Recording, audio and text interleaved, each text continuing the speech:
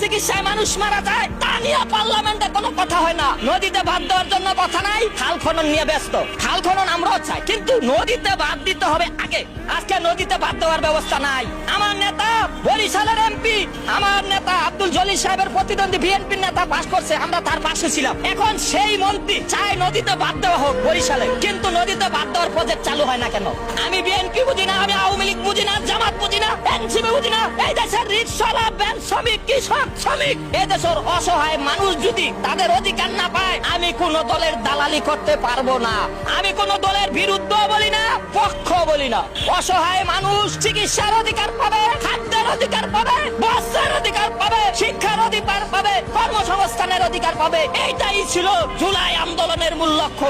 আজকে জুলাই আন্দোলনের মূল লক্ষ্য থেকে যদি এনসিপি তোমরা সরে যাও, তোমাদের পাশে আমরা জনগণ নাই। অনেকে বলে খায়রুল মনে হয় বিএনপি কে নামানোর জন্য জুলাই আন্দোলনের বিরুদ্ধে লাগছে।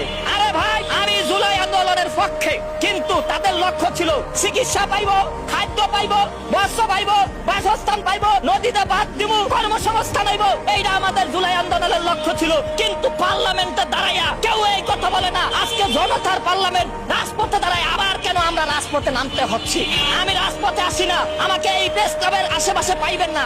আজকে সাংবাদিক ভাই উপস্থিত, সামনে পাইছেন দেখে আমারে পাইছেন। আমার বাড়ি আব্দুল্লাহপুর কেরানীগঞ্জ ছাড়া আমাকে আর মাঠে পাইবেন না। কারণ প্রতারক, ওরা প্রতারক, ওরা অসহায় মানুষের চিকিৎসার অধিকারের কথা পার্লামেন্টে তুলে ধরে না। ওরা শিক্ষার আলো পৌঁছে দেওয়ার কথা পার্লামেন্টে তুলে ধরে না। ওরা শ্রমিকের ন্যায্য অধিকারের কথা বলে না। ওরা কারা আপনারা সবাই জানেন। সবাইকে বলিয়ে আমি সর্বদলীয় বিরোধী দল খায়রুল জনগণের